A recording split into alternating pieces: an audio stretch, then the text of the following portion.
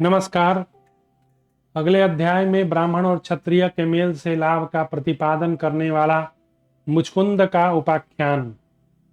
मुचकुंद भी जो है एक बहुत बड़े राजा थे। वे भी रघुकुल से संबंध रखते थे। तो मुचकुंद जी का चर्चा जो है भागवतम में भी हम लोग को मिलता है।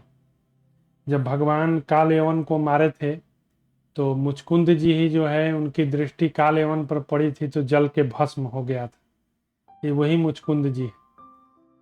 तो देखते हैं, भीष्म जी कहते हैं राष्ट्र का योगक्षेम राजा के अधीन है, परंतु राजा का योगक्षेम पुरोहित के अधीन है।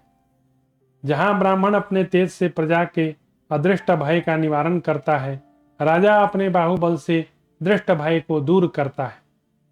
इस विषय में मुचकुंद और राजा कुबेर के संवाद रूप एक इतिहास मिलता है। कहते हैं पृथ्वी पर राजा मुचकुंद ने पृथ्वी को जीतकर अपने बल की परीक्षा लेने के लिए अलकापति कुबेर पर चढ़ाई की। कुबेर जो है धनपति कुबेर हैं। तब राजा कुबेर ने उनका सामना करने के लिए राक्षसों की सेना भेजी। राक्षसों ने मुचकुंद की सेना को कुचलना आरंभ किया।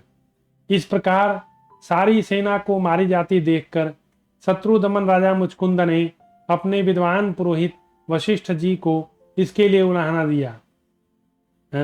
देखिए, उनके भी गुरु वशिष्ठ जी हैं, तो रघुकुल के ही थे।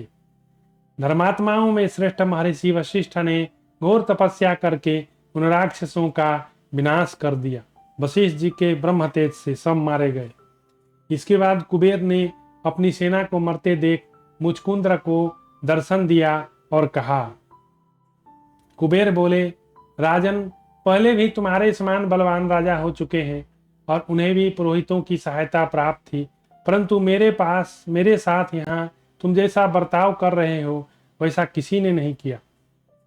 वे भूपाल अस्त्र विद्या के ज्ञाता बलवान थे और मुझे सुख दुख देने में समर्थ ईश्वर मानकर मेरे पास आते और मेरी उपासना करते थे।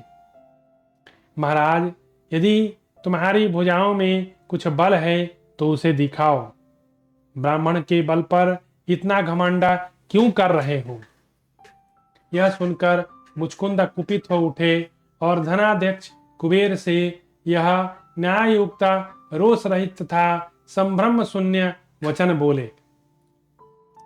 राज ब्राह्मण और क्षत्रिय दोनों की उत्पत्ति का स्थान एक ही है। दोनों को स्वयंभू ब्रह्मा जी ने पैदा किया है। यदि उनका बल और प्रयत्न अलग अलग हो जाए तो वे संसार की रक्षा नहीं कर सकते। ब्राह्मण में सदा तप मंत्र का बल उपस्थित है, क्षत्रियों में अस्त्र का बल है। तो अस्त्र बल और तप बल और दोनों मिल जाए तो सोने पे सुहागा। अलकापते ब्राह्मण और क्षत्रिय दोनों एक साथ मिलकर प्रजा का पालन करना चाहिए।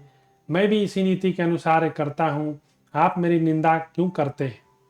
तब कुबेर ने पुरोहित सहित राजा मुचकुंद से कहा, पृथ्वीपति, मैं ईश्वर की आज्ञा के बिना न तो किसी को राज्य देता हूँ, न भगवान की अनुमति के बिना दूसरे का राज्य छीनता हूँ।